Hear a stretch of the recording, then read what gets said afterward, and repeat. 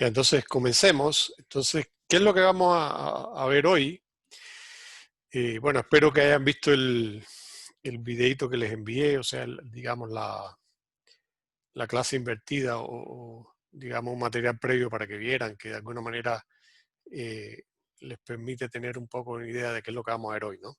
Entonces, si alcanzaron a ver la clase invertida, que por supuesto que es muy recomendable que la vean porque es un primer acercamiento a lo que vamos a ver hoy. Vamos a ver un poco la dinámica de cuerpo rígido y por dinámica vamos a entender que vamos a empezar o a saber calcular, digamos, aceleraciones que estarían relacionadas con el movimiento de un sólido. Entonces nosotros recuerden que, bueno, vimos la dinámica de un cuerpo, digamos, que era un punto, una masa puntual, ya la habíamos estudiado a partir de la ley de la segunda ley de Newton, o sea, la ley de Newton. Aquí tenemos que extender un poco este concepto a un sólido rígido. Y entonces, bueno, si antes teníamos una determinada masa, digamos una masa M, y yo ejercía una determinada fuerza, recuerden entonces que la masa, ¿qué cosa era? Bueno, la masa era algo que le llamábamos que era una medida de la inercia. ¿Y qué es lo que se entendía por inercia? Por inercia se entendía, digamos, eh, una propiedad que tiene un cuerpo de oponerse al cambio, digamos, al cambio, digamos, de su estado, que si está en un reposo o si está en una velocidad, o sea, es una medida de esta oposición al cambio, ¿no? Y entonces, bueno, esto está bien, bien. Si nosotros tenemos ahora, vamos a suponer un sólido, ¿no? Y queremos rotarlo, aquí aplicamos una fuerza y esto nos genera un determinado torque. Entonces, bueno, tiene que haber algo similar de que nosotros podamos relacionar este torque con una cierta aceleración angular que le vamos a llamar alfa, ¿no? Entonces, eso es lo que un poco vamos a estudiar hoy. Vamos a tratar de relacionar entonces cómo un determinado torque me va a relacionar una cierta aceleración angular. Y entonces, pero aquí parte algo y ahí es donde juega un papel importante lo que le explicó en el video la profesora Javiera, y es que cómo nosotros de alguna manera logramos tener en cuenta el equivalente de la masa para un sólido, ¿no? Entonces, bueno, y digamos, ella lo analizó ahí para varias situaciones, pero digamos que yo les voy a poner un ejemplo bien sencillo. Vamos a suponer que escogemos esto como el eje de rotación e inicialmente tenemos una masa M, digamos, aquí a una distancia L pequeñita, ¿no? Y yo quiero que esto lo quiero hacer girar, ¿no? Ejerzo una fuerza que sea, digamos, en este plano, perpendicular al eje de rotación, y lo que quiero es hacer girar esta masa. Entonces, digamos que por experiencia uno sabe que si esta masa la vamos desplazando más cerca del eje de rotación o más lejos del eje de rotación, nos va a ser más fácil cuando está cerca y más difícil cuando está lejos hacer que esto gire. O dicho de otra manera, si yo le aplico la misma fuerza, si la masa está más cerca del eje de rotación, va a girar o va a adquirir una aceleración mayor que si la masa está lejos. Entonces esto, de alguna manera, está relacionado, o fíjense que, y de igual manera, vamos antes de generalizar un poco. Y ahora si yo en vez de poner esta masa, pongo una masa un poco mayor y mantengo, por ejemplo, la misma distancia, por supuesto que me es también más difícil que gire. Por lo tanto, aquí esta oposición al cambio o esta medida de la inercia que nosotros queríamos depende tanto de la masa como depende, digamos, de un L o una distancia a un determinado eje de rotación. Digamos que esto uno lo puede intuir, o sea, esto uno se lo puede imaginar. Entonces, fíjense que es un análisis, digamos, sin ningún número, nada, simplemente analizando qué es lo que va a pasar. Si yo voy alejando la masa del centro, me cuesta más trabajo, por lo tanto me depende de esa distancia al centro, al eje de rotación. pero si aumento la masa también, por supuesto, me aumenta. Por lo tanto, las dos cosas son importantes. Y entonces, bueno, ahí la profesora Javiera les encontró, les definió algo que se llamaba digamos, el momento de inercia, que de alguna manera es algo equivalente a la masa, pero para la rotación. Entonces, digamos, para el caso de una masa puntual que está a una cierta distancia r de un determinado eje de rotación, este momento de inercia va a ser m por r cuadrado. Entonces, en general, si yo tengo un sistema de muchas masas, esto va a ser, digamos, la suma de todas estas masas por RI al cuadrado. Esto es desde I igual 1 hasta infinito. Quiere decir que si tengo un sistema que lo quiero hacer girar alrededor de este punto y tengo una masa aquí, tengo otra masa por acá, o tengo una masa un poco mayor aquí, vamos a ponerle, bueno, vamos a ponerle esto tres masas. Entonces, el momento, y el momento, vamos a suponer que esto es A, y esto es el momento de inercia, ¿quién sería? Bueno, el momento de inercia de este sistema alrededor de este punto, uno lo que hace es sumar todos estos términos de la masa por la distancia que tiene al eje de rotación determinado, y esto sería m por a cuadrado más m por, en el segundo caso sería 2a cuadrado, y en el tercer caso sería 3m por, ¿qué distancia? Por 3a al cuadrado. Bueno, y eso nos dará ahí una cantidad de m por a cuadrado. Eso no es importante ahora, es simplemente efectuar ahí eso. Entonces, de alguna manera esto es, es la receta que nosotros vamos a seguir para calcular el momento de inercia de un sistema de masas puntuales.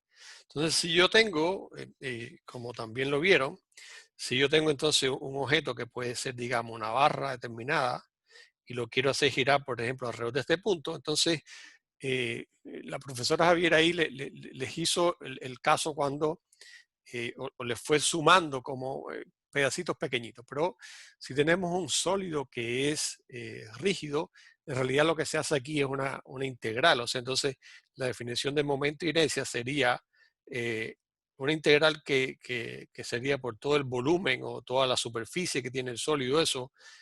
Y aquí tendríamos el diferencial de masa por R cuadrado. Esa es la manera que se calcula. Y, y entonces, digamos que no es difícil. Si quieren, o sea, se los puedo hacer para este caso para este caso nosotros sabemos, si se acuerdan, bueno, esto es algo que digamos que no es necesario que ustedes se lo sepan de memoria.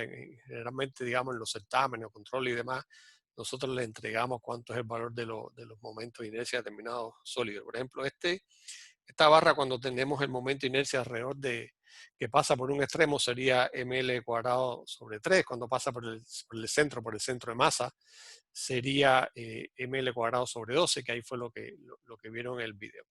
Entonces, si uno hace esto, fíjense que es como bien sencillo, porque uno lo que tiene que hacer es integrar en todo el sólido. Y entonces para eso les voy a mostrar rapidito, porque uno toma este diferencial de masa aquí, ¿quién sería? Bueno, vamos a asumir que esta barra es homogénea, y si es homogénea tiene una densidad lineal determinada, lambda.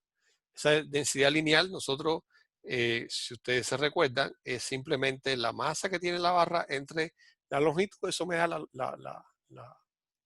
densidad lineal, lambda, masa entre la longitud. Si es densidad volumétrica, sería masa entre el volumen, ¿no? Aquí en este caso sería masa por la longitud. Entonces, ese dm o ese pedacito ahí de masa de m chiquito, ¿quién va a ser? Bueno, lo podemos escribir como lambda por dx, porque si uno también de aquí de esta expresión uno tiene que la masa total también será lambda por L. Por lo tanto, si esto es homogéneo, el diferencial de masa pequeñita sería lambda por dx, y dx va a ser, digamos,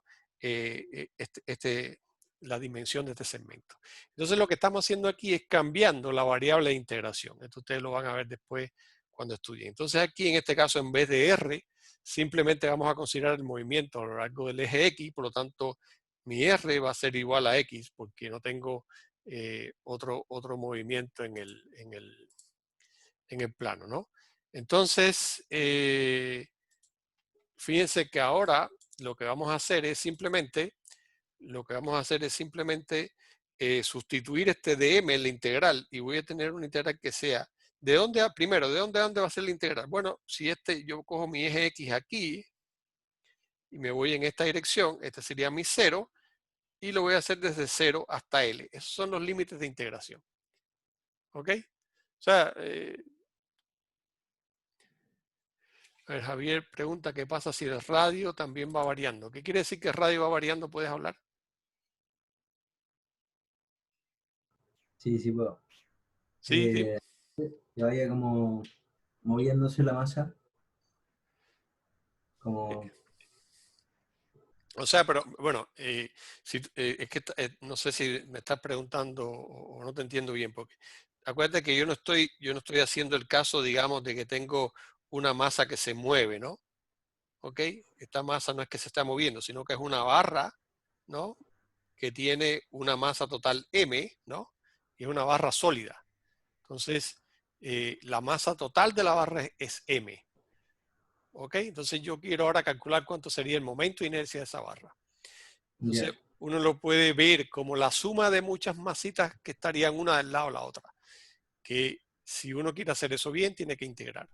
Entonces lo que hace uno para integrar es definir un pequeño segmentito que tendría una masa que le llamamos dm, ¿no?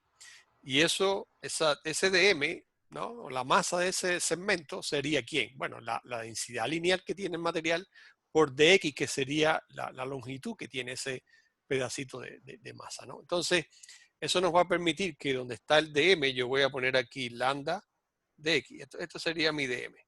Y como en lugar de poner este r cuadrado aquí, que es el que tengo, este r cuadrado, digamos que esta expresión es válida para dos o tres dimensiones, pero como yo estoy trabajando solamente a lo largo de un eje coordenado, aquí voy a poner x cuadrado.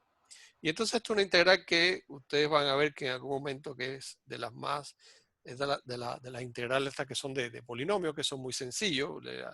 La integral de x a la n, le he dicho varias veces que es x a la n más 1 sobre n más 1, ¿no? Entonces, esto me daría la integral de lambda x al cubo sobre 3 y evaluado entre 0 y L. Y aquí uno ya ve muy fácil que esto me va a dar lambda L al cubo sobre 3. Y si ahora yo sustituyo lambda por m sobre L, ¿no? Donde está lambda pongo m sobre L. Y entonces esto me va a quedar simplemente que va a ser ml cuadrado sobre 3, que es esta expresión que les había dicho. Entonces, digamos que esto no tienen que aprenderse, simplemente les estoy para que ustedes se vayan, digamos, eh, acostumbrando a ver este tipo de cosas. No es complicado, es simplemente el todo de esto aquí es ser capaz de darse cuenta que hay que hacer una sustitución y donde está la masa, tengo que relacionar este diferencial de masa con un cambio de variable con un diferencial, digamos, de posición. Y entonces, ¿cómo lo relaciono? A través de la densidad. Y entonces a partir de aquí uno tiene esta expresión que si uno hace esa misma integral, pero poniendo el eje de rotación en el centro, aquí los límites de integración en vez de ir desde 0 hasta L, irían desde menos L medio hasta L medio. Y entonces ahí ustedes, si quieren, lo pueden hacer y se van a dar cuenta que van a obtener ml cuadrado sobre 12 como subtiene. Entonces, además, bueno, hay un teorema que es bien importante, que entonces nos dice que el momento de inercia alrededor de cualquier eje lo podemos expresar como el momento de inercia alrededor del centro de masa más la masa del cuerpo por la distancia al cuadrado alrededor de ese. Y esto es un teorema que es importante porque a veces a nosotros, incluso lo vamos a ver en la clase de hoy, a veces queremos calcular el torque alrededor de un determinado eje de rotación o de otro, y tenemos que ser capaces de, a partir del momento de inercia, que generalmente es el que se conoce alrededor del centro de masa, cómo uno se puede obtener el momento de inercia alrededor de otro eje de rotación que pudiera tener el sistema o que nos pueda interesar. ¿Ok? Entonces, digamos que esto es lo importante o estos son, digamos, lo esencial que vieron o lo que se decía en el videito. Bueno, ahí se llegaba incluso a una expresión para la energía cinética de un sólido que era un medio de I por omega cuadrado. Esto lo vamos a ver después cuando veamos la conservación de la energía en un sólido que está rotando. Entonces esto es también una cierta energía cinética que va a tener el cuerpo, que en este caso es una energía cinética de rotación. Y que, bueno, también va a tener, puede tener además cinética digamos, de desplazamiento, la energía cinética que vimos antes, pero además puede tener, por ejemplo, un cuerpo que esté moviéndose y a la vez girando, no sé, tipo como una pelota o qué sé yo, un disco que esté girando sin deslizarse. Esto puede tener tanto la energía cinética de los dos tipos, tanto la energía cinética de rotación más una energía cinética de traslación. Entonces va a tener las dos. Pero eso lo vamos a ver más adelante. Entonces, bueno, ¿alguna duda hasta aquí? Me imagino que Esa creo que distancia, profe, sí. la distancia a qué correspondía. Esta, ¿Mm? ya sería, por ejemplo, en este caso,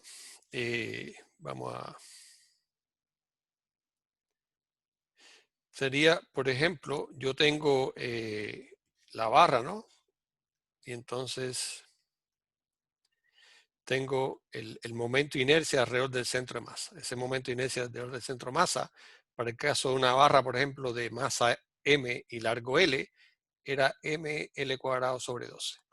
Eso era lo que, si no vieron el video, lo pueden ver. Entonces, por ejemplo, a mí me interesa ahora saber cuánto, este sería I centro de masa, alrededor de este punto. Bueno, me interesa saber cuánto es el momento de inercia I' alrededor de un extremo de la barra. Entonces, para eso lo que hago es, este I' va a ser el I del centro de masa más la masa por esta distancia al cuadrado, que esta distancia entonces va a ser L medio, ¿no? Entonces voy a tener m L cuadrado sobre 12, que sería el momento de inercia del centro de masa, más esa distancia que sería m por L medios al cuadrado, ¿no? Entonces eso me daría ml cuadrado sobre 12 más ml cuadrado sobre 4. Y bueno, eso ahí uno puede resolver esto y bueno, usted 1 sobre 12, 1 sobre 12 más un cuarto, ¿cuánto sería? Un cuarto sería 3 sobre 12, por lo tanto me queda 4 sobre 12 y me queda un tercio, ¿no? ¿Sí o no? Entonces eso era se entendió, ¿no? Sí, gracias. Ok, entonces esa es la misma manera. Por ejemplo, si tenemos un disco, el momento de inercia de un disco es mr cuadrado sobre 2, ¿no? Vamos a suponer que este es radio R. Pero ese es el momento alrededor del centro de masa. Si yo quiero saber el momento alrededor de, por ejemplo, si lo quiero ver alrededor de un punto que está en el exterior, tendría que ser I' sería este mr cuadrado sobre 2 más mr cuadrado, que sería, R sería la distancia esta aquí, ¿no? Y eso me daría 3 medios, ¿no? 3 medios de mr cuadrado. Entonces esa es la manera que no es tan complicado de calcular cuánto sería el momento de inercia de un sólido alrededor de otro eje de rotación, ¿ok? Entonces fíjense que no es muy complicado. Entonces, bueno, esto es lo esencial que necesitan, que todos los sólidos en principio tienen un momento de inercia. Ese momento de inercia se puede calcular o de manera analítica o a veces es un poco complicado si el sólido tiene alguna forma un poco rara. Pero en principio uno debe saber eso y por otro lado también puede calcular ese momento de inercia a partir de otro eje, o sea, alrededor de otro eje a partir de este teorema de los ejes paralelos, ¿no? Entonces, bueno, partamos entonces ahora, viendo lo que nos interesa, es, como les comentaba, nosotros habíamos estudiado esto de los torques y lo que vimos prácticamente fue situaciones en equilibrio, ¿no? O sea, cuando el sistema estaba en equilibrio. Ahora, ¿qué pasa si, digamos, la suma de todos estos torques entonces ahora es distinta de cero? O sea, entonces hay un torque neto que va a ser distinto de cero y esto puede provocar, por supuesto, que el cuerpo va a empezar a girar. Y si empieza a girar y yo estoy aplicando una fuerza, entonces lo más probable de que esto implique que voy a tener un alfa, ¿no? O que esto va a ser la aceleración angular, que va a ser distinta de cero. porque si mantengo esa fuerza actuando, obvio que el sistema va a adquirir una aceleración. Entonces, un poco era lo que estaba comentando, implica que ahí vamos a empezar a girar y esta velocidad angular va a empezar a aumentar, y como de cinemática sabemos que la velocidad, digamos, sería una velocidad inicial determinada más un alfa por el tiempo, algo como esto, digamos, si tengo algún sólido que esté girando, y sabemos de cinemática que, bueno, la velocidad angular depende de esta aceleración angular de esta manera, ¿no? Es del mismo caso que caso lineal, pero con variables angulares, ¿no? Entonces tenemos una aceleración angular que puede ser constante y que va a provocar que la velocidad angular vaya cambiando y que sea variable en el tiempo, por supuesto. Entonces, bueno, eh, consideremos un poco, ahora hagamos un poquito de matemática, no muy complicado. Vamos a suponer que tenemos un cuerpo que tiene una determinada trayectoria circular, que tiene un cierto radio R, y actúan un grupo de fuerzas, pero lo que me interesa es que eh, o voy a descomponer de alguna manera esas fuerzas en dos solamente, ¿no? En una fuerza que le voy a llamar centrípeta y una fuerza tangencial.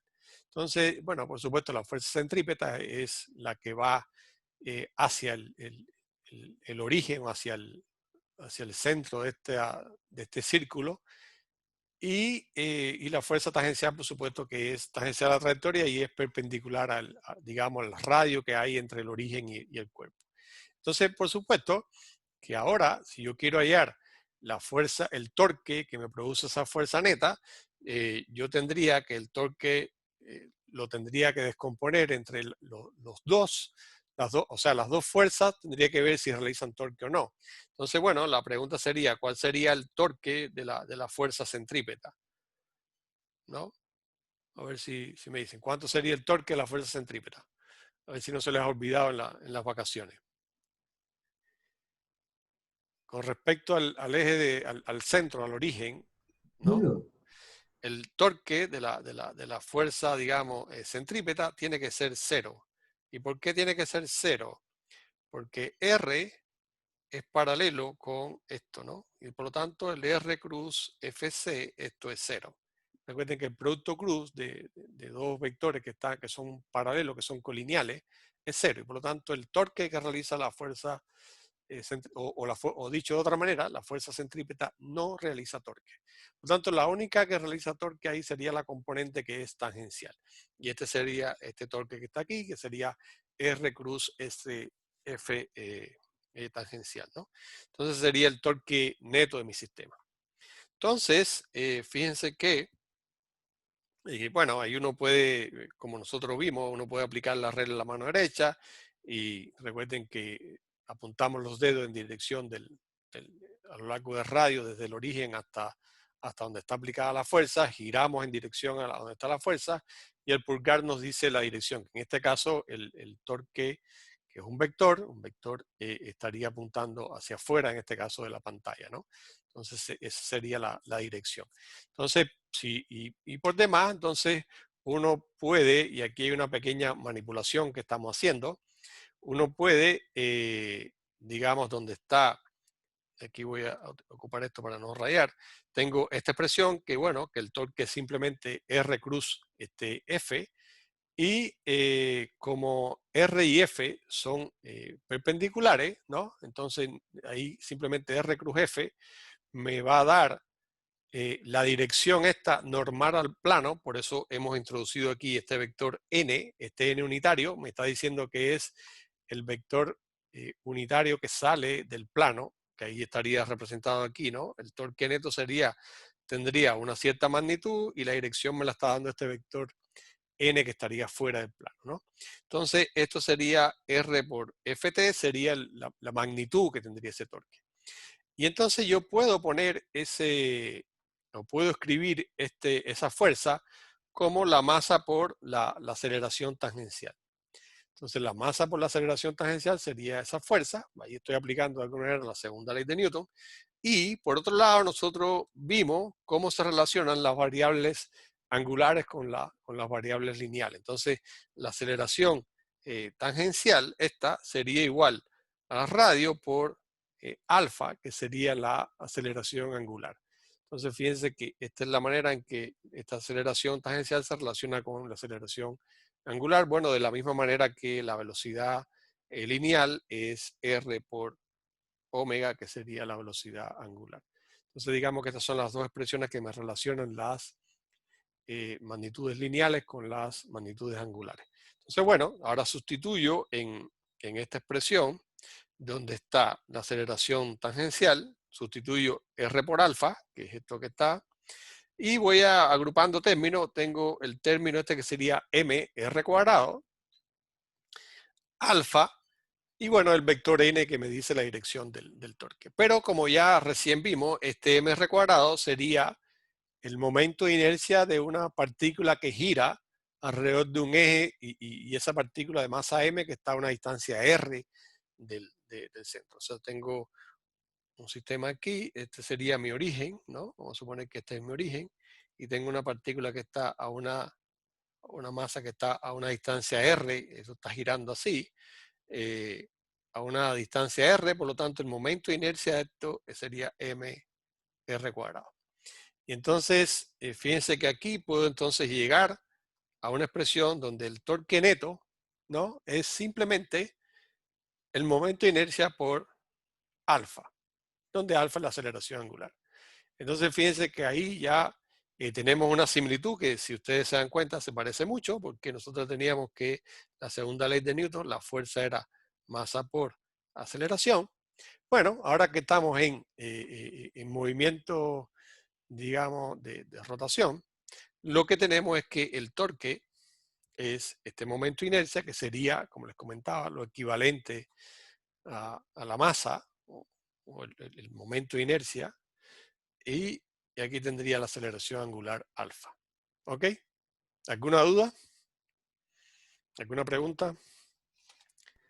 Sí, ¿por qué la aceleración tangencial es r por alfa?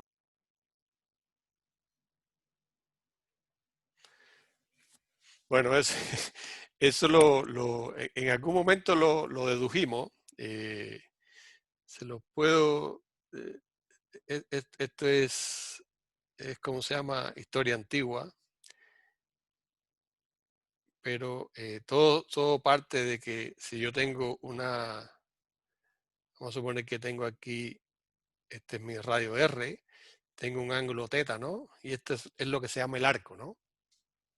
Entonces, yo tenía que este arco, y esto es ya geometría pura, este arco aquí es igual, es a R por θ, ¿no?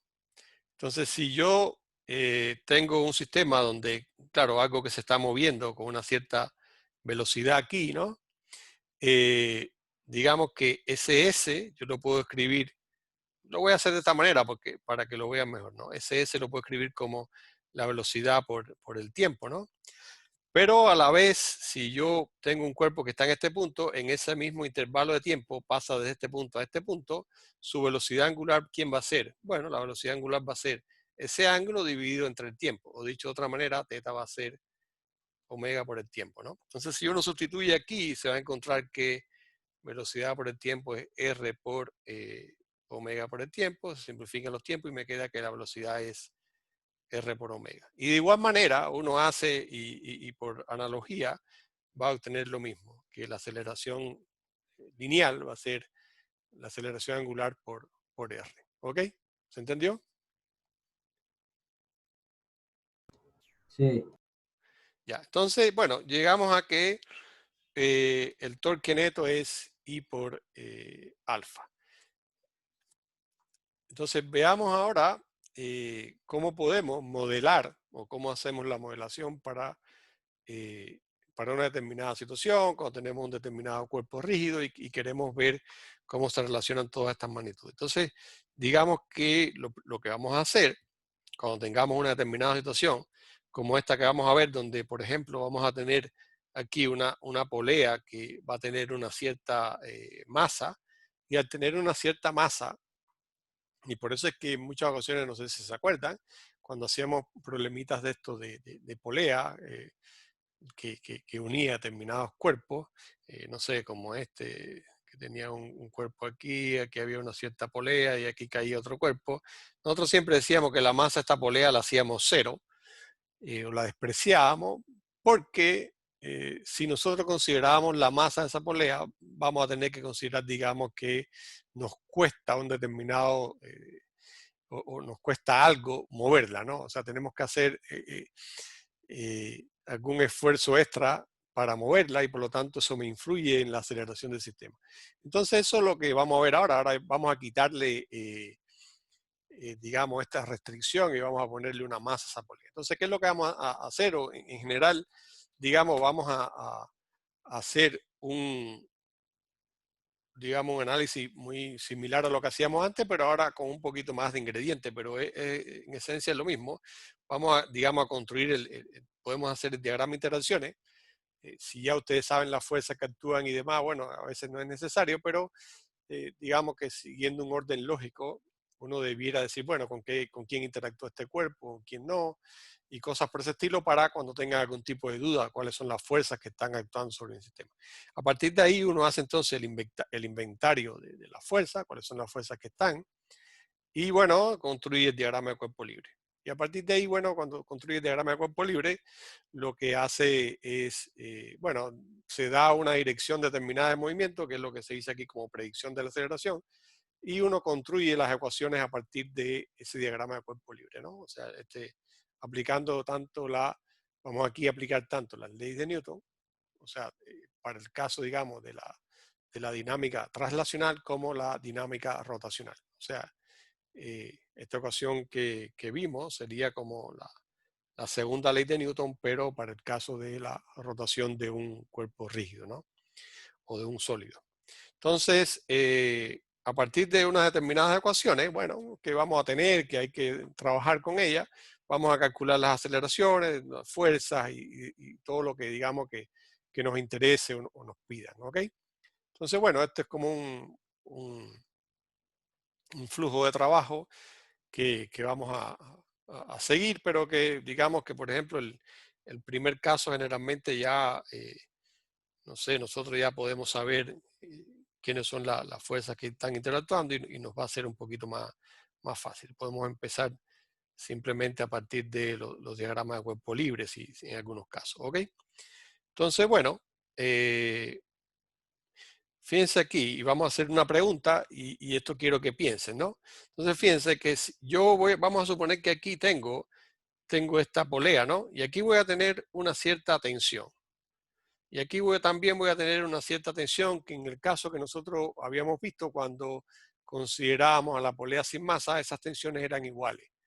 Pero entonces la pregunta es, bueno, ¿pueden esas tensiones ser iguales si yo estoy considerando la rotación de esta polea? ¿Puedo considerarlas iguales? ¿Y por qué no o por qué sí? Alguien que se aventure, que me diga. Yo creo que no, porque cuando van cayendo, eh, dejan de pesar. Eh, no, o sea, esa expresión no me gustó mucho, que dejen de pesar, ¿qué quiere decir? Acuérdense Como que, que a ver, cuando van en caída libre, o sí, sea, cuando van cayendo un poco, eh, primero bueno, no, ahí no hay caída libre, ¿no? Sino que siempre hay como una tensión que la está, acuérdate que sobre esta va a actuar una cierta tensión, vamos a llamarle M pequeña, y aquí va a haber una fuerza de gravedad que estaría asociada a esta, ¿no? Y bueno, va a caer con una cierta aceleración, pero esas son las fuerzas que actúan sobre ella, ¿no? Entonces la pregunta, eso, va a caer con cierta aceleración, pero eh, la cuerda se va a destensar un poco. eh, claro, pero nosotros vamos a considerar que esa cuerda es inextensible, o sea, que no es un resorte. Quiere decir eso que, que no se va a estirar, ¿no? Entonces, de alguna manera la tensión esta se transmite a lo largo de la cuerda hasta que llega a este punto, ¿no? Aquí va a haber, digamos, vamos a llamarle TM pequeñita, ¿no? Porque en principio estamos viendo si son iguales, ¿no? Y aquí también va un TM mayúscula. Entonces, la pregunta es, y repito, ¿no? Si este TM pequeñita es igual o no a este TM grande. Esa es la pregunta. En el caso, sí, Según yo, si es que fueran iguales, no habría aceleración. ¿qué aceleración? No se movería hacia arriba o hacia abajo ninguna de las dos masas. Eh, bueno, recuerden que cuando nosotros vimos el caso de una polea sin masa, ¿no? Esas tensiones eran iguales y había una aceleración. Cuando uno no considera eso, entonces ahora, bueno, digamos, pensémoslo de otra manera. Pensémoslo de otra manera.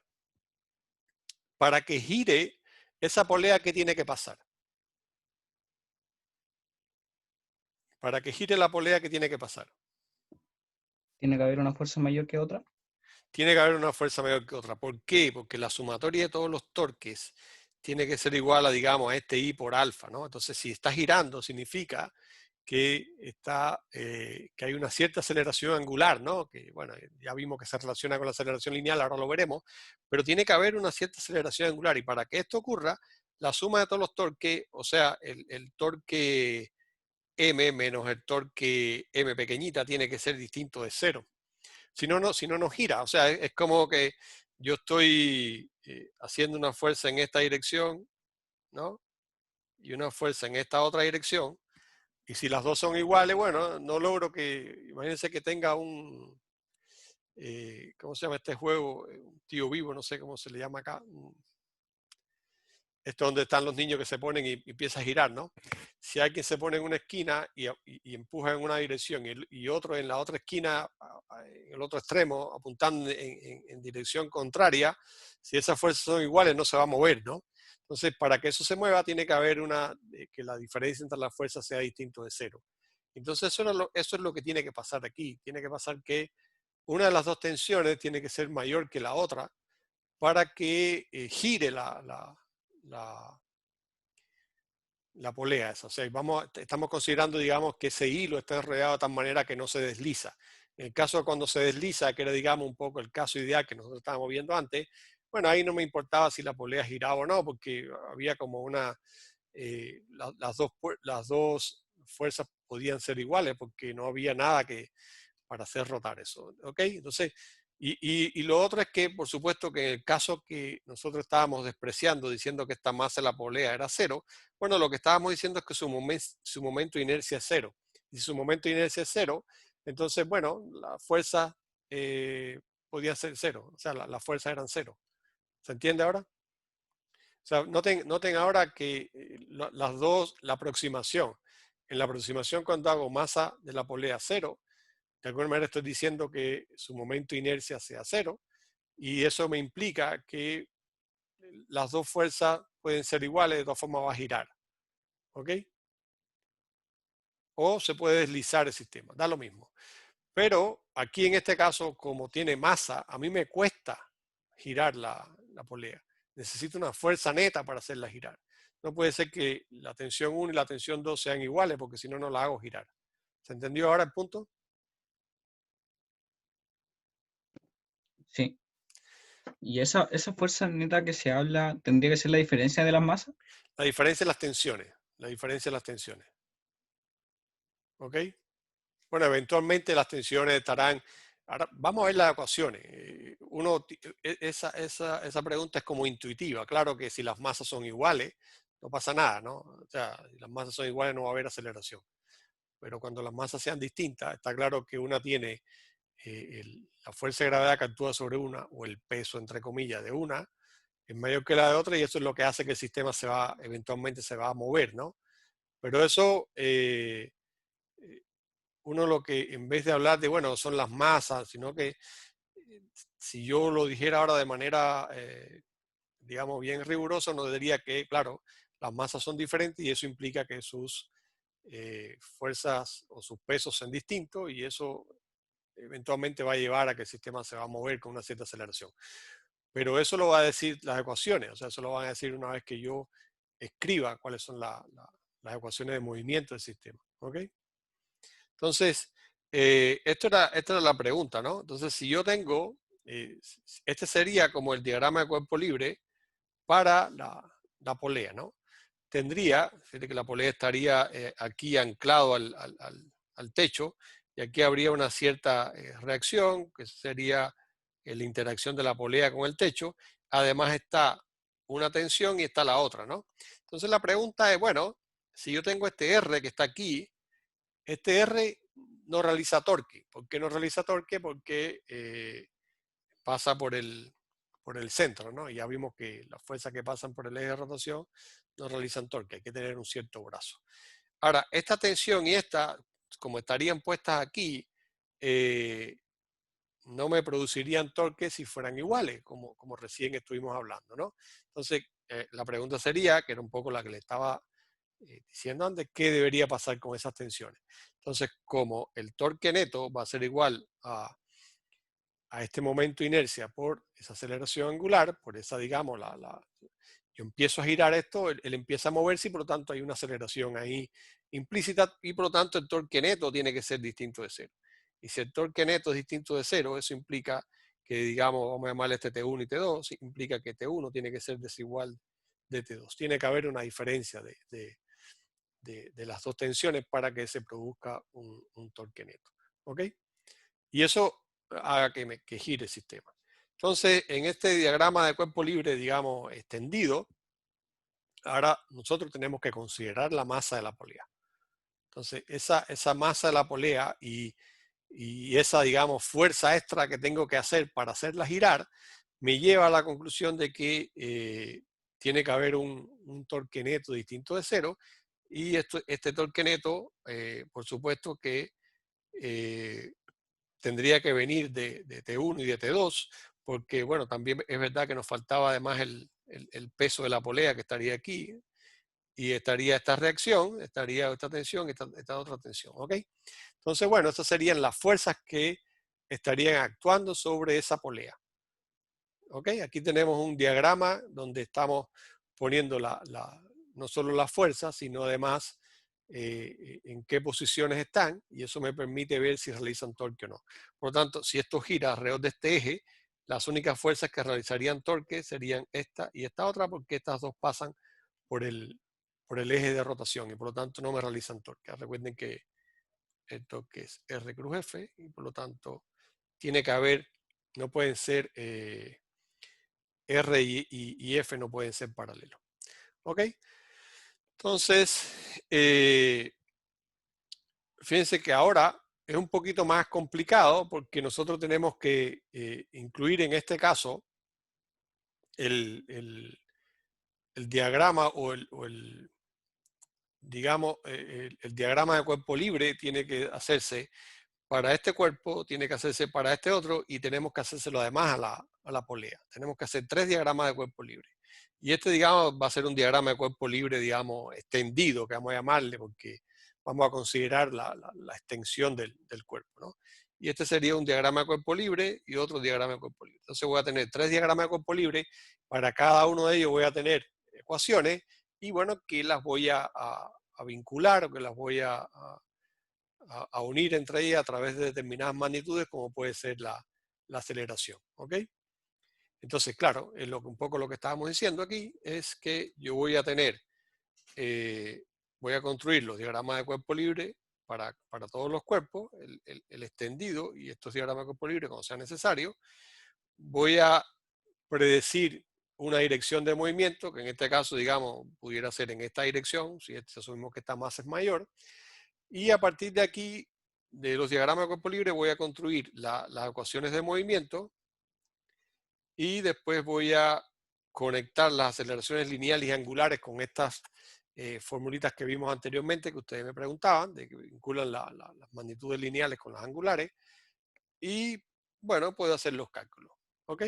Entonces, para ello, vamos a resolver un problemita que yo creo que nosotros habíamos visto cuando considerábamos la masa sin polea, que era lo que se conoce como la máquina de Atwood, que, digamos, en algún momento les dije que esto se podía utilizar para calcular la aceleración, porque, digamos, la aceleración del sistema digamos, si uno desprecia la masa de las poleas, o sea, si lo quiere hacer un poquito más preciso, tenemos que considerar la masa de las poleas, como lo vamos a hacer ahora. Pero si desprecia la masa de la polea y pone dos masas que sean bien grandes, entonces la aceleración del sistema y está relacionada con las masas, pero también con el valor de la gravedad. Por lo tanto, conociendo bien, de manera bien exacta la masa 1 y la masa 2, yo puedo calcularla y midiendo de alguna manera con algún tipo de reloj preciso la aceleración del sistema, puedo obtener cuánto vale el valor de la gravedad. Es una manera de calcularlo. Pero en este caso ahora, como les comentaba, vamos a tener en cuenta la masa de la polea. Entonces vamos a considerar que una masa, por supuesto, es mayor que la otra, que M2 es mayor que M1, y vamos a considerar que la polea tiene una cierta masa y tiene un cierto radio R, ¿no? Entonces, bueno, hay que modelar esto. Entonces, ¿cómo modelamos? Ya lo habíamos dicho, vamos a hacer un diagrama de cuerpo libre para uno, un diagrama de cuerpo libre para aquí, y un diagrama de cuerpo libre extendido para la polea, ¿no? Entonces, bueno, ¿cuáles son los, como les decía, bueno, aquí está un poco resumido lo que le estaba diciendo. Para seguir, digamos, algunas preguntas que ustedes se las pueden hacer. ¿Cuáles serían los cuerpos que vamos a estudiar? ¿No? Bueno, vamos a estudiar, no vamos a trabajar en grupo ahora porque, digamos, yo creo que ustedes pueden ir pensando cada uno estas preguntas un poco que ya las hemos estado viendo, ¿no? Entonces, ¿cuáles son los cuerpos que están involucrados aquí? Vamos a tener este, por supuesto, y este otro, pero también vamos a tener la polea, digamos, que estos serían los tres cuerpos que vamos a estudiar. Entonces, ¿cuáles son los que rotan y cuáles se trasladan? Bueno, este se traslada y este es el que rota. Por lo tanto, tenemos una mezcla de cuerpos que rotan con cuerpos que se trasladan. Y vamos a ver cómo los mezclamos. Entonces, vamos a realizar ahora los diagramas de cuerpo libre. Para este un diagrama de cuerpo libre, para este otro un diagrama de cuerpo libre y para este un diagrama de cuerpo libre extendido, que aquí vamos a tener en cuenta dónde es que se aplican las fuerzas. ¿Ok? Y entonces, bueno, vamos a partir de ahí, de estos diagramas, vamos a construir las ecuaciones de la suma de fuerza y la suma de torque, bueno, a partir de la segunda ley de Newton, tanto para la traslación como para la rotación. Si la masa 2 es mayor que la masa 1, uno puede asumir que la dirección de movimiento es hacia acá, ¿no? En esta dirección. Entonces, eso digamos que lo podemos asumir así, porque hacia acá es donde debe caer eso si las masas son diferentes, ¿no? Entonces, bueno, ¿cuáles serían las ecuaciones? Aquí tendríamos, por supuesto, este sí es más fácil. Tenemos el diagrama de cuerpo libre del cuerpo 1. Diagrama de cuerpo libre del cuerpo 1, bueno, ahí lo vimos. Como nosotros estamos asumiendo que el sentido del movimiento es así, entonces, bueno, la aceleración va a ser hacia arriba. Y entonces, bueno, aquí tenemos las dos tensiones. Tenemos tenemos la tensión 1 y tenemos el peso que tiene ese cuerpo. Y aquí obtenemos esta ecuación, que es la tensión 1 menos M1G igual a M1 por A. ¿Ok? Y tenemos la primera ecuación. Y similar hacemos para el cuerpo 2. Esto ya ustedes lo han visto varias veces, lo estoy haciendo bien despacio para que después logremos vincularlo sin problema con el otro caso. Y el segundo caso tenemos una masa que es mayor, por lo tanto de alguna manera estamos poniendo este vector mayor que el primero, porque de manera bien clara aquí estamos viendo que son diferentes estos vectores simplemente por el hecho de que las masas son distintas, ¿no? Y por lo tanto la fuerza de gravedad es distinta. Entonces, bueno, aquí tendríamos una dirección. Este vector t, en teoría, si uno fuera a ser bien riguroso, debería ser menor que este vector. O sea, este segmento debería ser menor que este porque hay una cierta aceleración que compensaría y que, recuerden que esto me da una ecuación vectorial, que sería, digamos, la fuerza de gravedad menos esta tensión, sería M2 por A, ¿no? ¿Ok? O sea, dicho de otra manera, este vector, cuando yo reste este vector menos este otro, tengo que obtener un vector que es el de la aceleración, bueno, multiplicado por la masa. ¿Ok? Entonces hasta ahí todo sin problema. ¿Alguna pregunta, alguna duda? Esto es lo que habíamos visto hasta ahora y no tiene ningún problema. Fíjense que estamos separando, no estamos uniendo nada. Simplemente estamos analizando un cuerpo, analizando el otro y para cada cuerpo sus ecuaciones. Por lo tanto, ahí ya tenemos 2 ecuaciones, una para cada cuerpo. Y nos falta la polea, que sería el tercero, ¿no? Entonces, para la polea, ¿qué vamos a hacer? Bueno, para la polea hacemos el diagrama este de cuerpo libre extendido, donde vamos a tener, estamos representando ahí todas las fuerzas que van a actuar. Va a actuar esta fuerza o reacción con el soporte, que sería esta, que iría hacia arriba, que sería la interacción de la polea con el techo. Bueno, la polea en sí tiene una cierta peso y por lo tanto aquí sería esa fuerza. Y aquí tenemos las dos tensiones, que como habíamos dicho y como habíamos de alguna manera argumentado, tienen que ser distintas porque está girando. Y si nosotros estamos asumiendo que está girando en esta dirección, significa que T2 va a ser mayor que T1, ¿no? Y de alguna manera lo estamos representando ahí de esa manera. Entonces, bueno, vamos a escribir ahora la ecuación de la suma de todos los torques, o el torque neto va a ser igual al momento de inercia por la aceleración angular. Entonces, esto recuerden que nosotros tenemos que, alrededor de quién está girando la polea, ¿no? Alrededor del eje este que está en este punto, que está aquí en el centro. Perdón, está aquí. Este punto, alrededor de este punto es que gira. Y por lo tanto, lo que yo quiero ver es ahora cuál es el torque neto alrededor de ese punto. ¿Y quiénes son las fuerzas que realizan torque aquí? Bueno, como ya vimos, el torque de la fuerza de gravedad va a ser 0.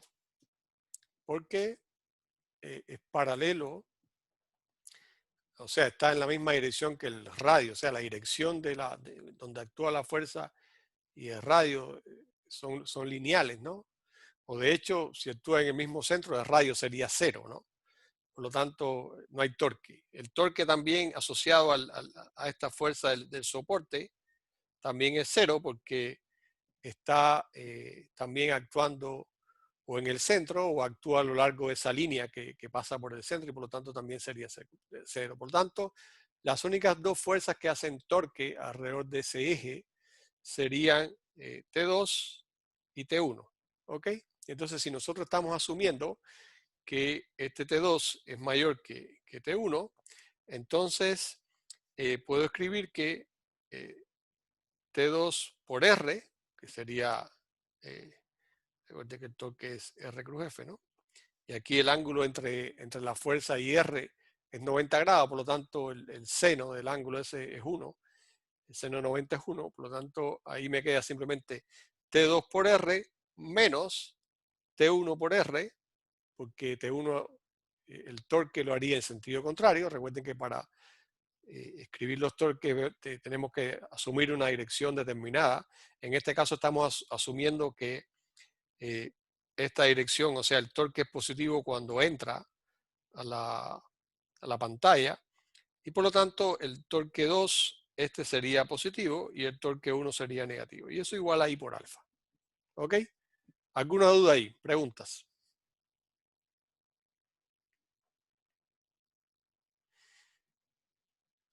¿Algún comentario? ¿Alguna duda? Algo que no hayan entendido.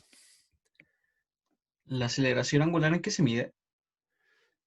Claro, la aceleración angular se mediría, como habíamos visto, en radianes sobre segundo cuadrado, ¿no? Que sería la unidad de medida, ¿no? La aceleración lineal es metro segundo cuadrado, ¿no? Y la aceleración angular, que no es más que, digamos, en vez de ser metros, radianes, tiene que ver con el ángulo, por segundo cuadrado. O sea, ¿cuántos radianes por segundo cuadrado? O sea, nos diría en cuánto aumenta la velocidad angular, que la velocidad angular se recuerden que se da en radianes por segundo. Bien, en cuántos radianes por segundo aumenta la velocidad angular en un segundo, ¿no? Y esas serían las unidades. Pero aquí ustedes van a ver que todo calzan bien todas las ecuaciones sin problema. Entonces, bueno, ya tenemos tres ecuaciones. Tenemos tres ecuaciones y en principio tenemos tres incógnitas, porque no conocemos cuánto vale T1, no conocemos cuánto vale T2 y no conocemos cuánto vale alfa. Entonces, ya el problema lo podemos resolver. Bueno, que sea más o menos complejo en matemática, pero digamos que ya tiene solución porque tengo todo lo que necesito para hacer el cálculo. ¿Ok? Entonces, esto ahora lo que en realidad hacemos es considerar además ahora que el momento de inercia, que otro dato que nos falta, el momento de inercia de esta polea, que sería el momento de inercia de un disco, sería un medio de la masa de la polea por el radio al cuadrado. ¿Ok? Entonces, además de eso, nosotros vamos a considerar que la polea gira, pero sin que la cuerda deslice. Eso es lo que vamos a usar siempre, es una condición que vamos a usar muy a menudo, que va a ser una condición de rodadura, pero aquí le pondría algo que sería sin deslizarse, sin deslizamiento. ¿Ok? Sería una condición. Sería que esto está girando, pero que la cuerda, todo el movimiento de la cuerda se invierte en hacer girar.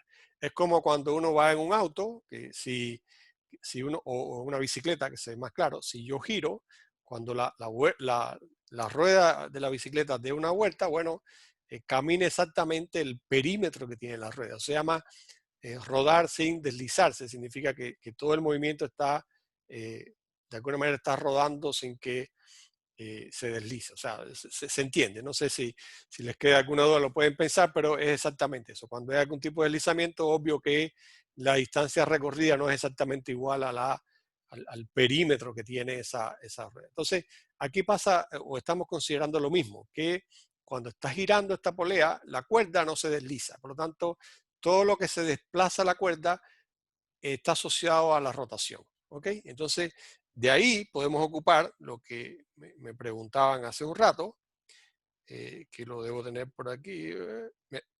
¿Ok? Entonces, esto sería equivalente a lo que yo les estaba comentando, que cuando tengo una condición sin deslizamiento, significa que a todo desplazamiento lineal le corresponde un desplazamiento angular, ¿no? Y por lo tanto, cuando hay algún tipo de deslizamiento, no sé, que era un poco lo que le estaba diciendo, si esto se está moviendo, si este cilindro que está aquí empieza a moverse y después tiene una determinada posición aquí, ¿no? Entonces, y si esto vamos a suponer que dio un giro completo, esto sería 2pi por r, sería la distancia que recorre, que sería una vuelta completa, que sería el perímetro que tendría eso. Es un poco lo que les estoy tratando de decir. Aquí exactamente dio una vuelta, o sea, el teta cambió en 2pi.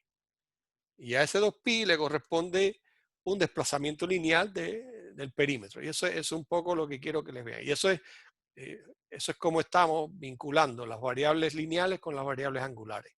Que aquí en este caso ya lo teníamos. Vemos que el arco este está relacionado con el ángulo, ¿no?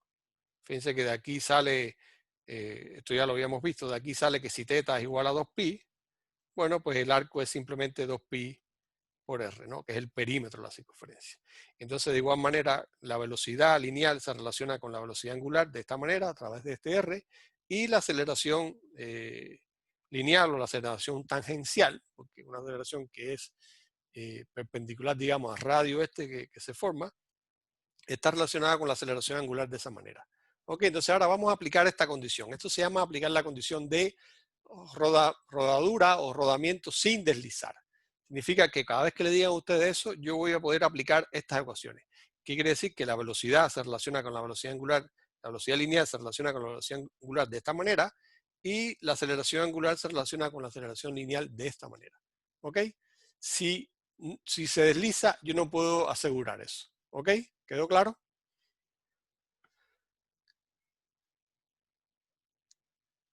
Entonces,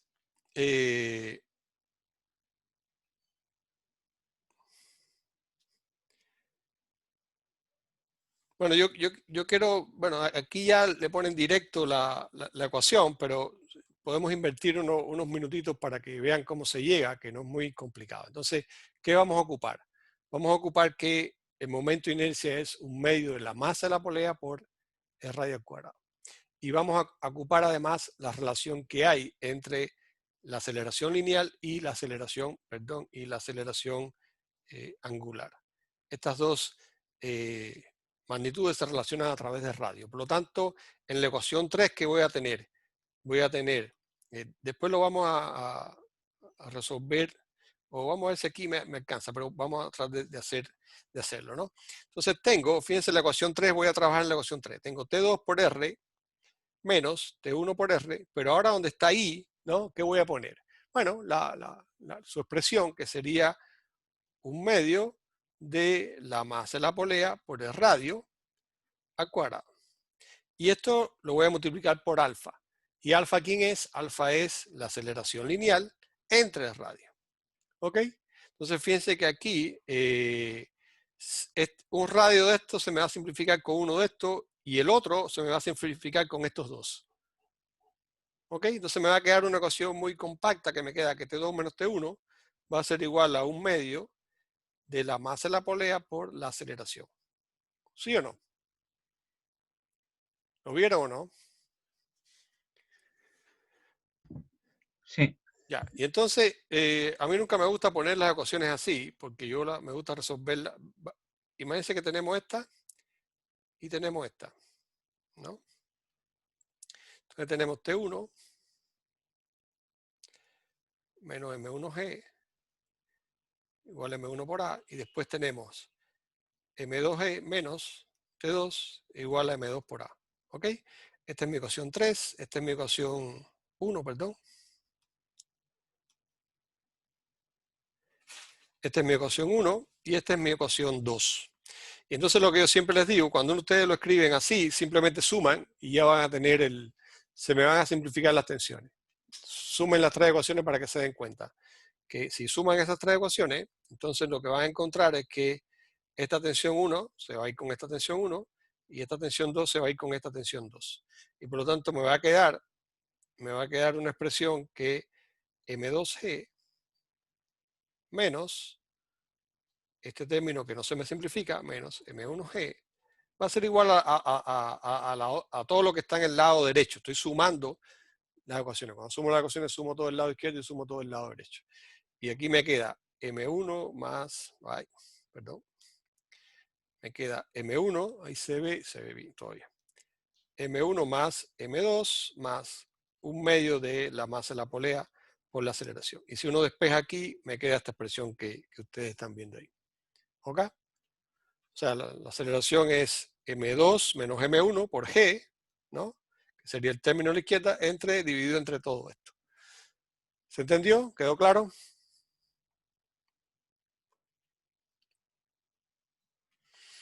¿Alguna duda, algún comentario? la aceleración lineal es como la aceleración con la que suben y bajan las masas. Exactamente.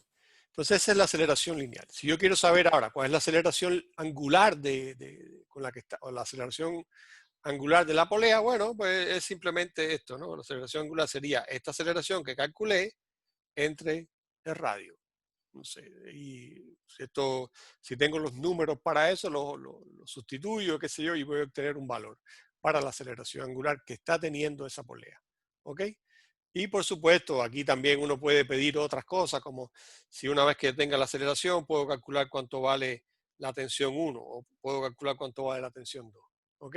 Fíjense que ya, porque eran tres incógnitas las que tenía. Bueno, en realidad pudiera decir que tengo 4 si considero la aceleración angular, pero esto puede ser considerada como la ecuación 4, ¿no? Que me vincula la aceleración angular con la aceleración lineal. Entonces ahí tendría mis 4 incógnitas, considerando la aceleración angular, y que fácilmente las puedo obtener a partir de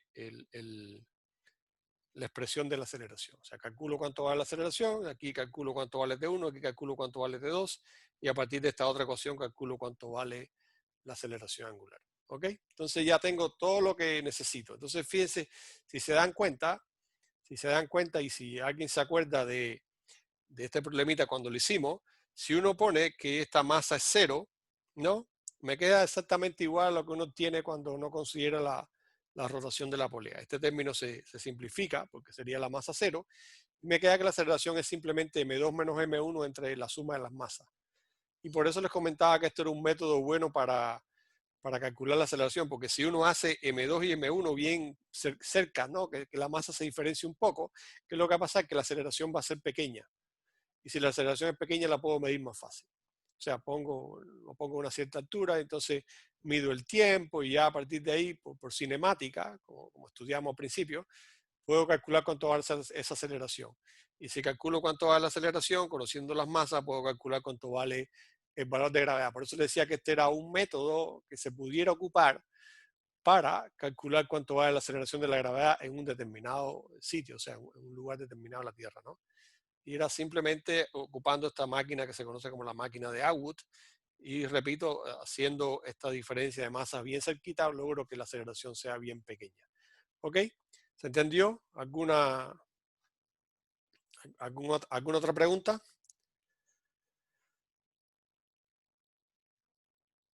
Entonces, bueno, si les parece, bueno, aquí estaría como el resumen de todo lo que hay que hacer. El resumen de todo lo que hay que hacer es simplemente decir cuáles son los cuerpos que están aquí. ¿Qué cuerpos tengo? Bueno, en este caso tengo 3. Y tengo que hacer entonces un diagrama de cuerpo libre para cada uno, ¿no? Sería el diagrama de cuerpo libre para el cuerpo 1, para el cuerpo 2 y un diagrama de cuerpo libre para la polea, que sería el tercer cuerpo. Que en este caso para la polea tengo que aplicar la suma de torque. Aquí es segunda ley de Newton sencilla para traslación y esta sería la segunda ley de Newton para el movimiento rotacional. Que la única diferencia es que en vez de considerar las fuerzas, considero los torques. Este sería el torque 2 menos el torque 1, donde T2 y T1 serían estarían dados por R por la fuerza. Y R por F porque el ángulo entre ellos es 90 grados y por lo tanto el seno. Recuerden que R cruz F es R por F por el seno entre R y F, ¿no? Por lo tanto ahí sería 90 grados el ángulo, que sería este angulito que estaría, aquí lo estaríamos viendo, ¿no? Y entonces me quedan 3 ecuaciones y a partir de esas 3 ecuaciones y considerando además la condición de rodadura sin deslizamiento, uno llega a calcular cuánto va la aceleración. ¿Ok? Entonces, bueno,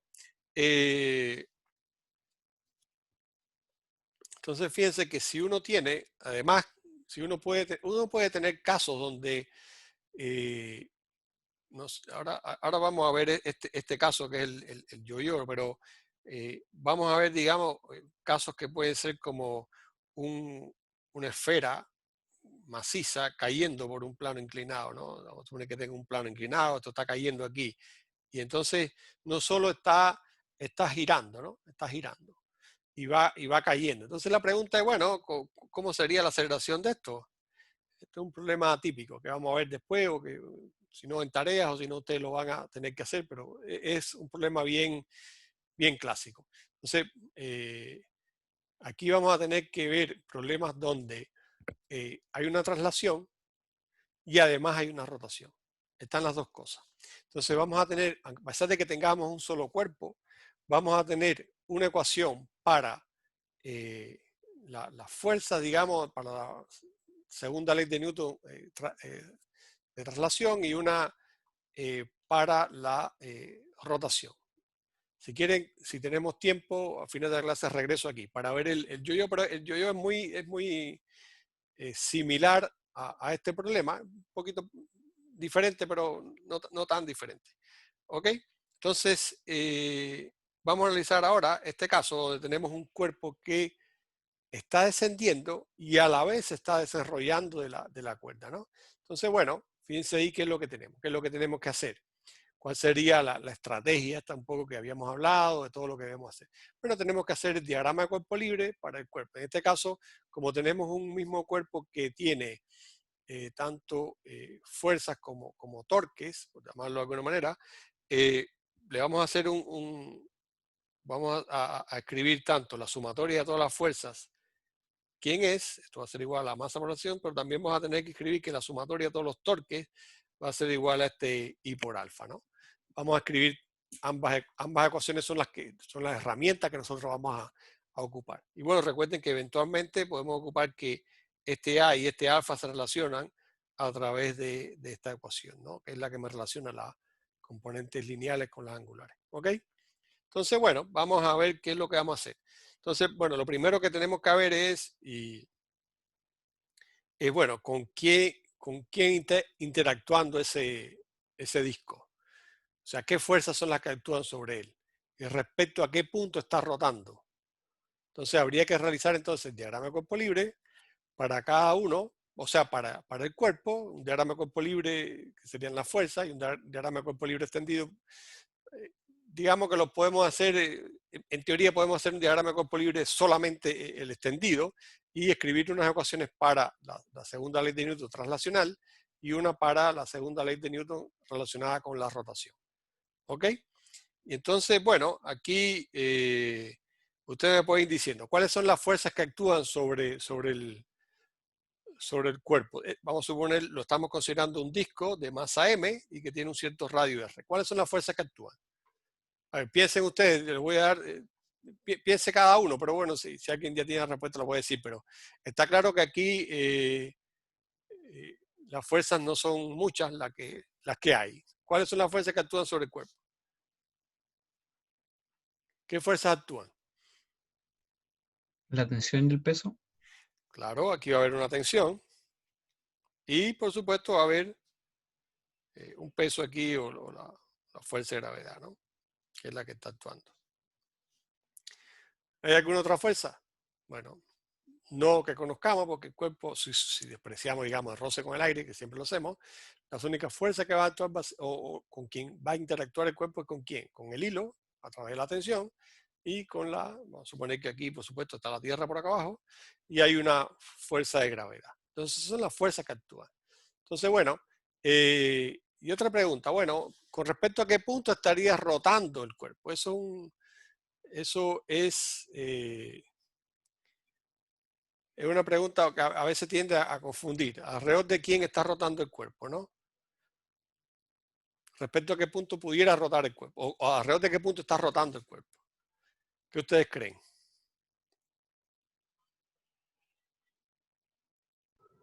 Centro, Del diría. centro. Claro, es un poquito difícil porque como hay una rotación y a la vez un desplazamiento, ¿no? Pero el cuerpo está rotando alrededor del centro, ¿no? Y pero a la vez también se está desplazando, ¿no? Entonces, bueno, si uno hace el diagrama de cuerpo libre aquí, como bien ustedes habían dicho, habían pensado, las fuerzas que están actuando serían la tensión y sería además el peso de ese cuerpo. Entonces, bueno, si yo asumo que esto está cayendo hacia abajo, eh, de la segunda ley de Newton lineal, digamos, translacional, voy a obtener esa ecuación. ¿Ok? Ahí no hay ningún tipo de problema. Esas son las que están actuando. Y recuerden que aquí no me interesa dónde es que actúan las fuerzas sobre el cuerpo, sino simplemente cuáles son las fuerzas que actúan. Y las sumo vectorialmente. Pero ahora tengo que hacerle, además, el diagrama de cuerpo libre extendido, donde tengo que considerar los torques, o sea, qué es lo que me hace que provoque rotación. Entonces, bueno, yo voy a considerar que voy a hacer el torque alrededor del punto este O, que sería el centro de ese disco, ¿no? Y entonces ahí, si estamos aquí en este punto, bueno, el peso no realiza torque. No realiza torque porque pasa por el eje, ¿no? Y ya lo habíamos visto. Quien único realiza torque es esta tensión. Y esa tensión, por supuesto, si este sería mi radio, tiene un ángulo de 90 grados con el radio y el torque, tiene un ángulo de 90 grados y por lo tanto sería simplemente R por T va a ser igual a I por alfa. Donde I, ¿quién sería? Bueno, sería M, R cuadrado, medio, sería el momento de inercia del disco. Eso es dato, ¿no? Eso ustedes lo saben ya. El momento de inercia es mr cuadrado sobre 2, el momento de inercia de un disco. Y esto igual ahí por alfa. Entonces ya, bueno, ahí estamos ya listos, porque además vamos a tener la otra condición que le habíamos dicho, que esta aceleración lineal va a ser alfa por r, ¿no? Entonces, digamos que no conocemos la tensión, pero tampoco conocemos la aceleración, pero tenemos dos ecuaciones. Entonces, si uno ocupa esto, entonces simplemente vamos a sustituir esto acá, donde de aquí de esta ecuación que tenemos, que la tensión R por T, hagámoslo un momentito rápido, mr² sobre 2, y aquí donde está alfa ponemos a sobre r, ¿no? Y aquí igual, como hicimos en el caso anterior, perdón, este no. Como hicimos en el caso anterior, se simplifican los radios, ¿no? Y me queda que la tensión es simplemente m a medios, ¿no? Entonces sustituyo aquí, me queda mg menos m a medios es igual a m por a. Y bueno, y de aquí uno puede encontrar ya que se simplifican las masas y que la aceleración, cuando uno pasa, esto lo pasaría para este lado, me quedaría 3 medios, y paso dividiendo, me quedaría 2/3 de g. Y esa sería la aceleración con la que está cayendo el yoyo, ¿no? O sea, con 2/3 de g. ¿Ok? Y bueno, ahí ya podemos calcular la tensión si queremos y cosas por ese estilo. ¿Ok?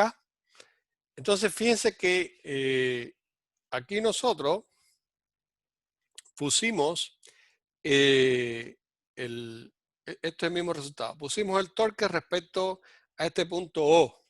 Entonces, bueno, veamos si podemos, y no es muy complicado, veamos qué pasa si calculamos el torque ahora con respecto al punto A.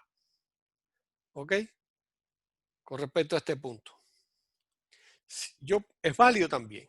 Ahora, ¿cuál es el único pequeño problema que va a tener? Es que, bueno, lo que yo conozco como dato es que el momento de inercia es alrededor del centro de masa. El centro de masa está en el centro. Y ese momento de inercia era mr² medio, que ya espero que se lo aprendan de memoria, que el del disco siempre es mr² medio. Entonces, ahora vamos a tener vamos a suponer que el eje de rotación está en A. Entonces, si está en A, la primera ecuación se entiende que es exactamente igual. Aquí no hay problema, esta ecuación es exactamente la misma. Pero la otra ecuación va a ser diferente. ¿Y en qué va a ser diferente? A ver. Bueno, en este caso aquí, ¿quién realiza torque? A ver si son capaces sin mostrarle el resultado, ser capaces de qué es lo que tenemos que hacer. ¿Quién es el que realiza torque aquí?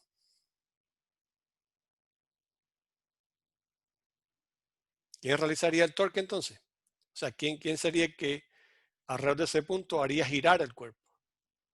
Ese punto A se puede ver como un punto de rotación como instantáneo, porque si uno se para ahí, ve como que encima le está girando. Lo que pasa es que ese punto es móvil. Entonces es un poco complicado de verlo, pero eso es también un eje de rotación. Lo que pasa es que es un eje de rotación instantáneo. Instantáneo quiere decir que en un instante de tiempo se ve como que está rotando, pero eso se va moviendo. ¿Ok? Entonces, ¿quién es que realizaría torque ahí? El peso del yoyo. El peso, claro, porque es el que tiene el brazo aquí, entonces tendría en vez de tener R por T, tendría mg por R. Y entonces ahora tenemos un pequeño problemita. Del lado derecho, ¿quién nos quedaría? Porque ahí tenemos el momento de inercia, pero ojo, que ese momento de inercia que nosotros ponemos ahí es el momento de inercia con respecto a ese eje. Entonces, ¿qué de lo que aprendimos hoy podemos aplicar?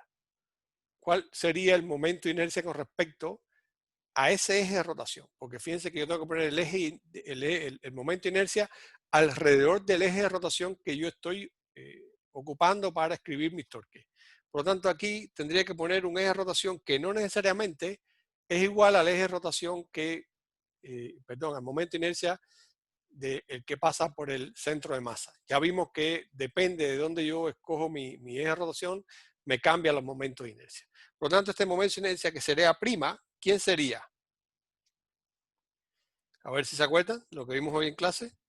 Ese I', El ¿quién sería? ¿Eh? el momento inercial más la masa y la distancia al cuadrado. Exactamente, sería esto. ¿Sí o no? Sería el momento de inercia con respecto al centro de masa más este es el teorema de los ejes paralelos. ¿Ok? Estamos aplicando el teorema de los ejes paralelos. Sería el momento de inercia con respecto a el centro de masa más la masa por la distancia al cuadrado desde el centro del punto O al punto A, que sería mr². Por lo tanto, esto me daría 3 medios de mr². Eso sería el momento de inercia de un disco alrededor de un punto que pasa por la superficie, o sea, por la parte exterior. ¿Ok? Entonces, bueno, aquí ya esta ecuación se me modifica, aquí estaría 3 medios de de mr cuadrado por alfa. Y bueno, ahí uno puede trabajar un poco, y un poco esto era lo que estábamos diciendo, que podemos considerar la existencia de un eje instantáneo de rotación que pasa por ese punto A. Y bueno, el torque con respecto a ese punto A sería mg, el peso, por R, y este I'. Y ese I', como ya bien ustedes me dijeron, lo podemos calcular por el teorema de los ejes paralelos, donde ese I' va a ser el momento de inercia con respecto al centro de masa más mr cuadrado. Y aquí me queda 3 medios de mr cuadrado, y uno puede, ya digamos esto, digamos, uno puede empezar a jugar con esto, ¿no? Y aquí ya el alfa con respecto a ese punto, con respecto a ese eje instantáneo, digamos, lo podemos encontrar a partir de esa expresión, ¿no?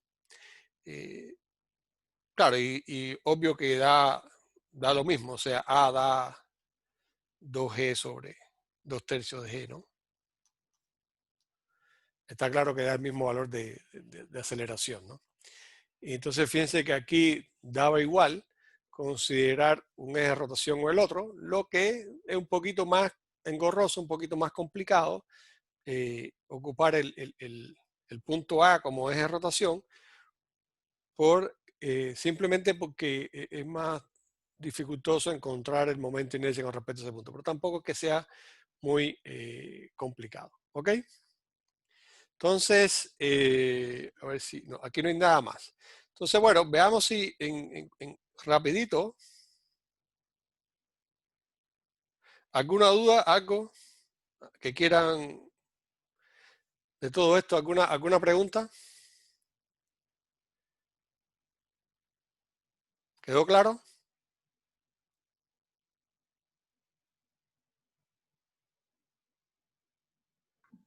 Sí. Ya, entonces, fíjense que vamos a aprovechar estos minutitos que nos quedan para esbozar o sea, para ver si encontramos esto. Vamos a suponer igual, porque conocemos que esto es un disco, ¿no? Y si el disco ya es porque lo conocemos ya, esto es el momento de inercia es mr cuadrado medio. Y vamos a suponer que esto se está moviendo, se está trasladando, pero además está rotando. Entonces aquí la pregunta es, ¿quién es quien hace que esto rote? ¿Quién provoca que eso rote? O dicho de otra manera, ¿qué tiene que haber o qué tiene que cumplirse para que eso rote? Porque si Que, el- sí, que la sumatoria de los torques sea sí, distinta de cero. sí, eso digamos que esa es la condición que tenemos, pero que esto sea distinto de cero. Pero la pregunta es, ¿quién está haciendo el torque ahí para que eso gire? El ¿Un PI, roce? ¿Eh? el PI, ¿Cuál? ¿Alguien dijo PI, componente I en P de P. PI? Pero alguien Sí, dijo roce por ahí. ¿Lo oí decir? ¿Sí o no? Sí, Entonces pensemos. Piensen ustedes, si esto es como medio lógico. Imagínense que yo quiero hacer girar algo y no hubiese roce. ¿Lo puedo hacer girar ahí? no. O sea, Se deslizaría. si yo lo dejo caer, no que no le aplico una fuerza extra, simplemente que eso estoy dejándolo caer. Si no hay roce, eso va a deslizarse. Es lo mismo por lo que funcionan los autos. Si no hay roce con la carretera, el auto no se va a mover. ¿Ok? El roce es quien hace que el auto se mueva. Y aquí en este caso, el roce es el que va a provocar que eso se gire, el roce es el que provoca que una bicicleta logremos andar, porque si no existiese roce, no podemos mover la bicicleta. O sea, porque nos quedáramos en el mismo lugar ahí deslizando, ¿no? Está claro, ¿no? Pero tiene que haber una fuerza de roce para que se produzca, eh, para que haya un torque que provoque que eso gire. Por lo tanto, si yo fuera a hacer el diagrama de cuerpo libre de esto, aquí tendría una determinada normal, aquí tendría la fuerza de gravedad, pero también tendría que tener una fuerza de roce que estaría, digamos, en esta dirección. Y esa fuerza de roce es la que me va a provocar el torque, ¿no? Entonces uno puede uno puede poner el eje de rotación en el centro, ¿no? Y las ecuaciones del caso lineal las conocemos, porque vamos a tener que, tenemos una cierta componente, digamos, recuerden que aquí ponemos un eje en esta dirección y el otro eje aquí, ¿no? Entonces vamos a tener que la componente en el eje X va a ser la fuerza, vamos a ponerlo directo con la masa. Estoy suponiendo que ya ustedes se acuerdan de esto, que mg seno del ángulo menos la fuerza de roce va a ser la masa por la aceleración. Esa ecuación está bien, ¿no? ¿Se acuerdan de eso? Esa ecuación es la que me relaciona con eso. Y además voy a tener la otra ecuación que, digamos, mg por el coseno del ángulo va a ser igual a la normal, pero esa no nos va a interesar. Entonces, pero me interesa esta. O sea, esta es la ecuación que me va a relacionar las fuerzas o el diagrama de cuerpo libre para el cuerpo. Pero ahora me hace falta el diagrama de cuerpo libre extendido. Y la pregunta es, de esas tres fuerzas, ¿quién realiza torque? Alrededor del eje de rotación. Si voy a colocar mi eje de rotación en el centro, ¿cuál de las tres fuerzas realiza torque? Fíjense que ahora voy a tener, vamos a hacer vamos a suponer que este es el disco. La fuerza de gravedad actúa aquí. Esta es la fuerza de gravedad. La normal actúa aquí, que es perpendicular. Y la otra es el roce, que ¿dónde actúa? Aquí abajo. Por lo tanto, ¿cuál de las tres es la que realiza torque o cuáles de las tres realizan torque? Ya me imagino que sean capaces de decirlo rápido. ¿Cuáles realizan torque?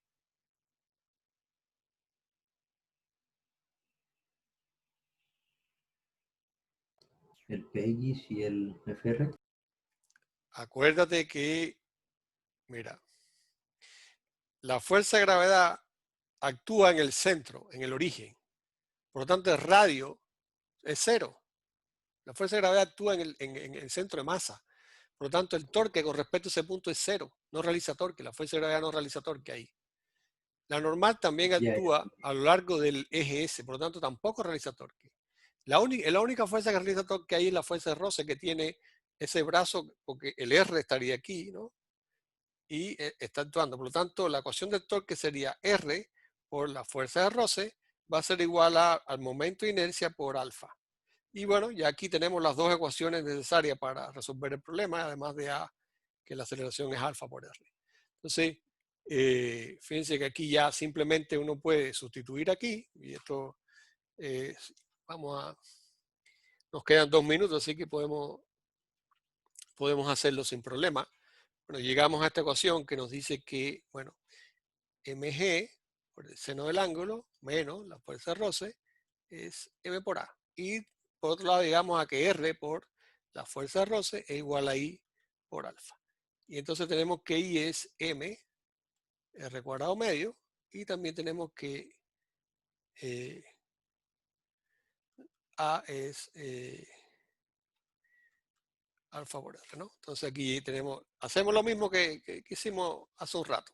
El momento de inercia sería m r cuadrado medio, y donde está alfa ponemos a entre r. Recuerden que esta es la condición de rodadura sin deslizamiento, ¿no? Eso es importante, porque si hay deslizamiento, esta expresión no es válida, ¿no? Hay que hacer algunas otras cosas. Entonces, bueno, aquí lo mismo, las r estas se me simplifican y me queda que la fuerza de roce es m por a medio.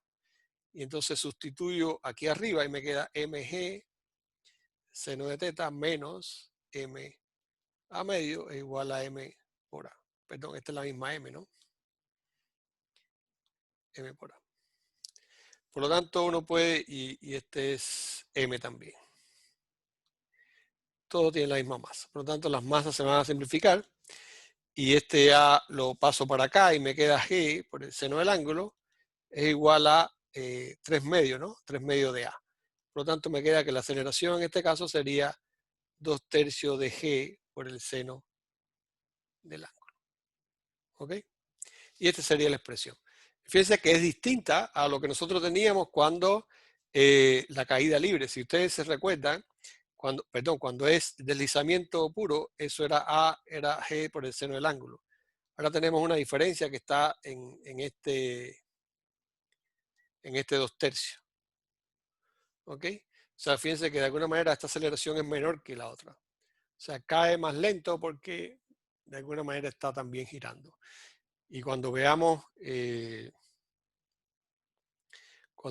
energía cinética y de movimiento y demás, vamos digamos, a entender esto también un poquito más. Entonces, fíjense que hay aprovechando que ya estamos aquí, hay un problemita que es como muy, muy típico. Que entonces aquí uno tiene una esfera maciza, aquí tenemos un disco y aquí tenemos una esfera hueca. El momento de inercia son distintos.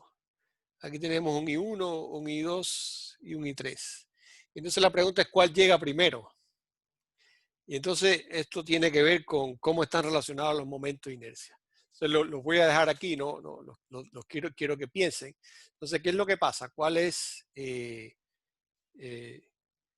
esos tres cuerpos llega más rápido en función de que un momento de inercia sea mayor o menor que el otro? O sea, ¿qué es lo que hace que gire? Es un poco, está relacionado con los momentos de inercia.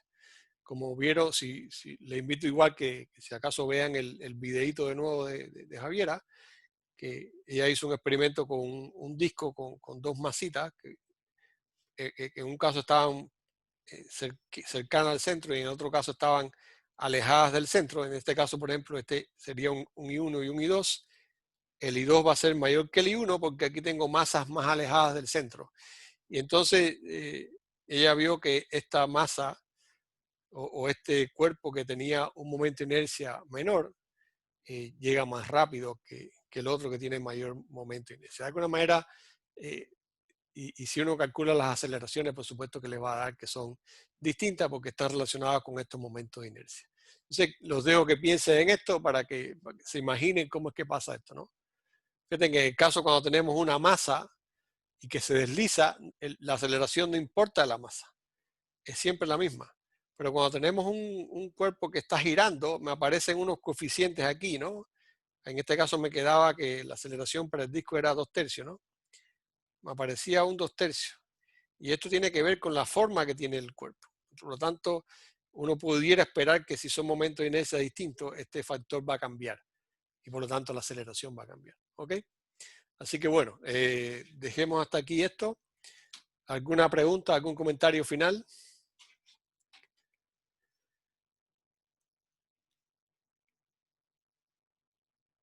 ¿Todo bien? Bueno, pues Todo claro. entonces, todo claro, perfecto. Entonces, nos vemos entonces mañana. Que tengan un buen día.